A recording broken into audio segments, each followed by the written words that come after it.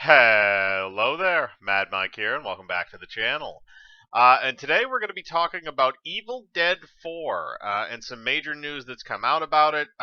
One being the title, and the larger news being that Bruce Campbell has confirmed that he will not be coming out of retirement to reprise the Ash Williams character, which means he will not be in the film. Now, supposedly this film is going to be Evil Dead 4. It will be a continuation of the Evil Dead storyline. I don't know necessarily if this is going to be maybe a story that takes place in another place in the Evil Dead universe.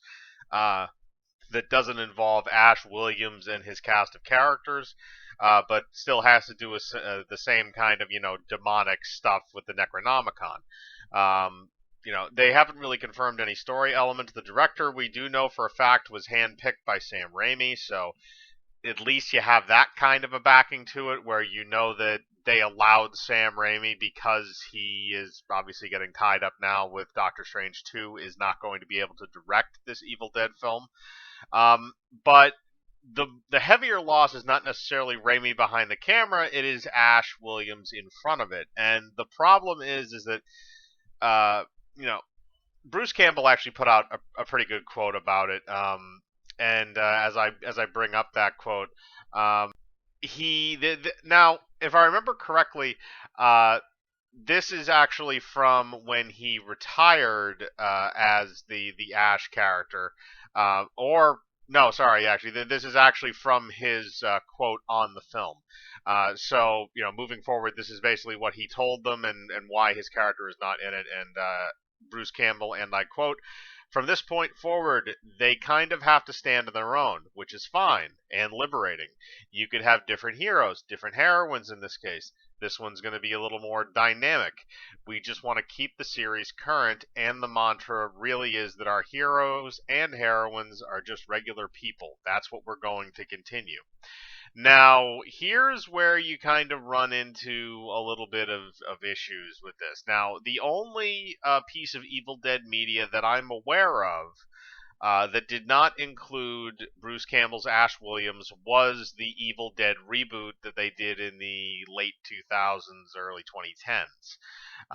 Now, that reboot did not, if I remember correctly, I believe it did make money, but it didn't make a lot of money, and it was very poorly received. Um, but the fact that that property had such a hard time getting off the ground should tell you something about what's going to happen to this property if you don't have Bruce Campbell in there as Ash Williams. And this has kind of been my stance from the start of this thing, is that, Evil Dead is going to go on basically as long as, in terms of a good form, as long as Bruce Campbell is able to play the character of Ash Williams. And since he is retired from that, I would say that Evil Dead should have ended there, basically. You'll end off on season 3 of Ash vs. Evil Dead, and that will be where the story ends. Now, when they first announced this movie, I assumed that it was because Sam Raimi was confident that he could bring Bruce Campbell out of retirement in order to star in the film. That is obviously not the case, but they are still moving forward with the production. So I can only assume that they probably either A, that was their initial plan, was to try and coax him out, and he again said no, or B, they already that was maybe part of their plan at some point, but they scrapped it because they knew Campbell wouldn't, and they're moving forward with a new idea. Now, as far as the plot for this, they didn't really. Again, not much has been revealed about this, other than the fact that obviously Ash is not in it. The title for it is going to be called Evil Dead Now, which I don't really care for the title. I think that sounds like a cheap '90s thing. And not a good cheap '90s thing. Not like, the X slash stream, instead of extreme, it's X slash stream, stuff like that. It's not that. It's like a level below that. It's a lamer version of that, which is, looked back on very badly these days. So it doesn't really have what it needs to have in order to succeed at this point, because even like I said, you can live without Raimi behind the camera, because I mean, obviously, he didn't direct at least as far as I know, he didn't direct every single episode of Ash versus Evil Dead. Those were different directors, and they all did perfectly good jobs with material that Raimi, uh, both him and his brother Ted had, production over. So, he was putting something in capable hands. Now, reportedly, Raimi wants the director that's coming in because of his work on another film, and apparently he really liked that, so he's giving him a chance. Now, I'm not against having directors come in and do stuff, but here's the thing: is that when you're talking about coming into Evil Dead, you're gonna have a small budget, which is good for a young director. I think you should have that for somebody who's coming up in the industry. You don't do the Ryan Johnson thing and give the guy $240 million, then have him make an edgy then have him make an edgy boy film on it. That's not a good idea. But give him a small budget and see what he can do with it. Now, I would assume the film will probably have something around with the high special effects. I would guess somewhere around the 8 to 9 million mark, maybe a little bit more, depending on if they have some names attached to it or how much money the studio actually wants to dump into it. But again, it's very early on to be speculating about that. Like I said, as for the plot, if you're going to eliminate Ash, I don't put it out of the realm of possibility that maybe if you wanted to, you could follow the younger characters from the television series. Uh, I mean, it's a possibility up in the air. I'm not saying that's what they're going to do, but it would be interesting in terms of because Ash is out of the picture. If I'm spoiling the end of Ash versus Evil Dead, I apologize. But spoiler warning right now if you want to turn this off for like 30 seconds. If at the end of Ash versus Evil Dead, he gets knocked out, he gets knocked unconscious, he kills this big massive thing with the tank, and then he wakes up in the future. He has like a new bionic arm, and this hot like android chick comes and takes him to this like Mad Max car, and he goes out on that. And it's supposed to be a homage to the original ending to Army of Darkness, which was supposed to put Ash in kind of a post-apocalyptic Deadite situation. So that was the kind of idea there, and that they were paying homage to that. And then the music choice there too with Highway Star at the very end. I love Deep Purple.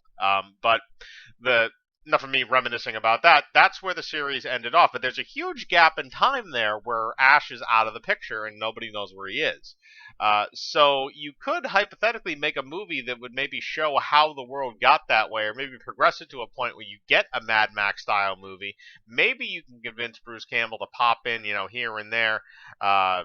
Maybe have him come in like halfway through the movie or something like that. Maybe have that Ash versus Evil Dead end scene be the midway point lead in for him in that film. So he comes around like the hour mark and he's in it for like maybe an hour. He has like a couple of stunt scenes. That way you can go easy on Bruce Campbell. He doesn't have to film a whole movie. He doesn't have to carry the movie, but he's still there. I think that would be the smarter choice to go and maybe try and negotiate with Bruce and try and get him back in even for some part of that film. But it appears that they're going away from that. Bruce Campbell himself, like I said, put out the statement and said no, he is not going to be coming back for this film. However, he did say that he is confident in this film, which, again, that's kind of a flaky endorsement because he knows that his friend Sam Raimi, who's executive producing the film, has a decent amount riding on it. Well, I shouldn't say a decent amount riding on it, but it's his legacy. So I can assume he understands that. So he doesn't want to, shit on the film, obviously, because those two are still very, very good friends, even all these years later. So I don't think that that's necessarily a truthful thing coming from Bruce Campbell, because they're very good friends. Steven Spielberg did the same thing for George Lucas when it came to Kingdom of the Crystal Skull. When that was coming out, Spielberg just said nothing about the praises and said, "Oh, George's writing is as good as ever. Yada yada yada. We're gonna make this great movie." And then afterwards, he's like, I just did it because he's my friend. So you don't want to sink the ship immediately before it even has a chance to go off. But that's just kind of my interpretation of this news. I personally don't think the movie is going to fare particularly well if you don't have Bruce Campbell. I think Bruce Campbell and the Evil Dead franchise is what makes it work. And if you don't have those two things, then I don't think you can make it work to the same degree that it once did. Or if you do, you're going to have to take it in a very different direction, which is probably going to scare off a lot of longtime fans. But I want to know what you think. Do you think that this film is going to, overcome these hurdles that it's going to be facing, and actually be a decent film? Do you think that they should try harder to get Bruce Campbell to come back and be in this movie, just as like a last hurrah type of deal? Do you not care? Do you just have you washed your hands of it after the end of Ash versus Evil Dead? As usual, put your thoughts in the comments below. I like to know what you're thinking. Hit the bell for notifications. Hit the like button. Subscribe, and remember, I live my life free of compromise. Do you?